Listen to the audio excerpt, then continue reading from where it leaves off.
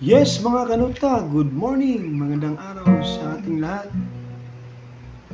This is your Kuya Rolly and Memories by Maroon 5 ang ating kukunan ng nota, ng chords.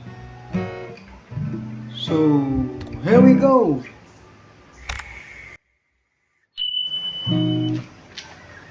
Yes, and Memories by Maroon 5. Meron po tayong limang chords. So, yung original key niya is B.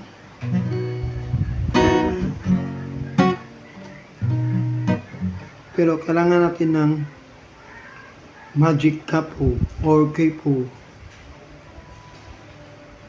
para maging madali at di tayo mahirapan, lalo na sa mga baguhan.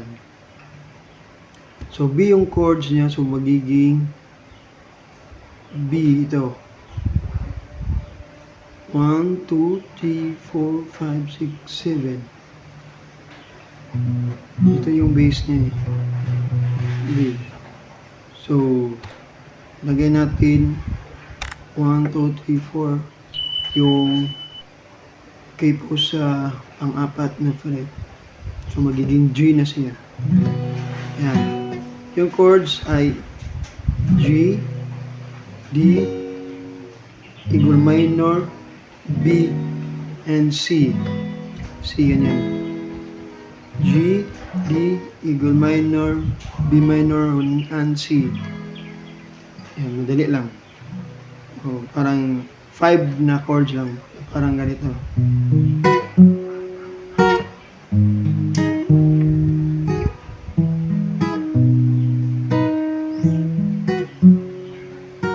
So,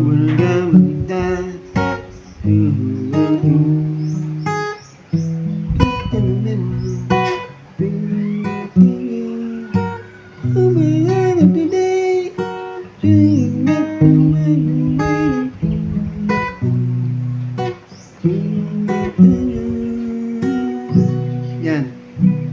Pwede din ganito lang para maging madali.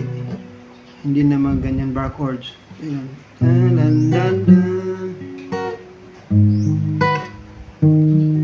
Yan tatlo. B minor pa rin yan. Ganyan.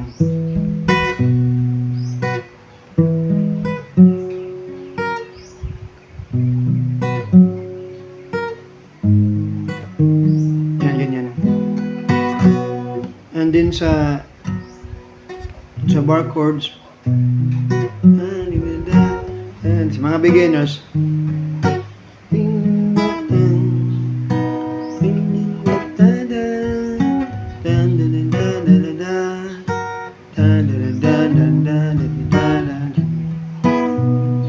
yan, 5 lang.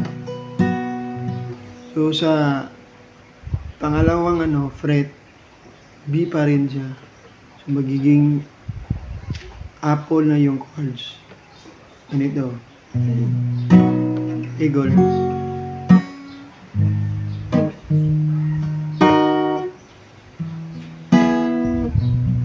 A, eagle, F sharp minor, C sharp minor, D, yan lang. Apple, D, eagle. Shabadadabadadam, da-da-da-da-da-da-da-da-da. Bringing back the memory, always feeling true. Oh, bring them today, just put a wonder runs in the way. Bringing back the memory, bring back, some remember. Bring it up today, bring it up together.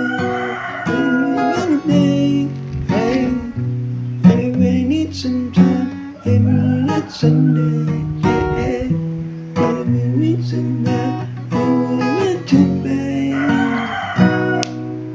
ayan, so kayo nang bahala kung ano yung susundin.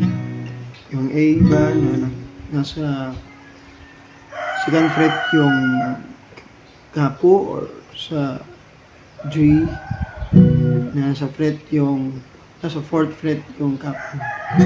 So ayan, maraming salamat. Please subscribe to my channel, Kuya Rolly, and comment kung ano ang susunod nating sisiprahin.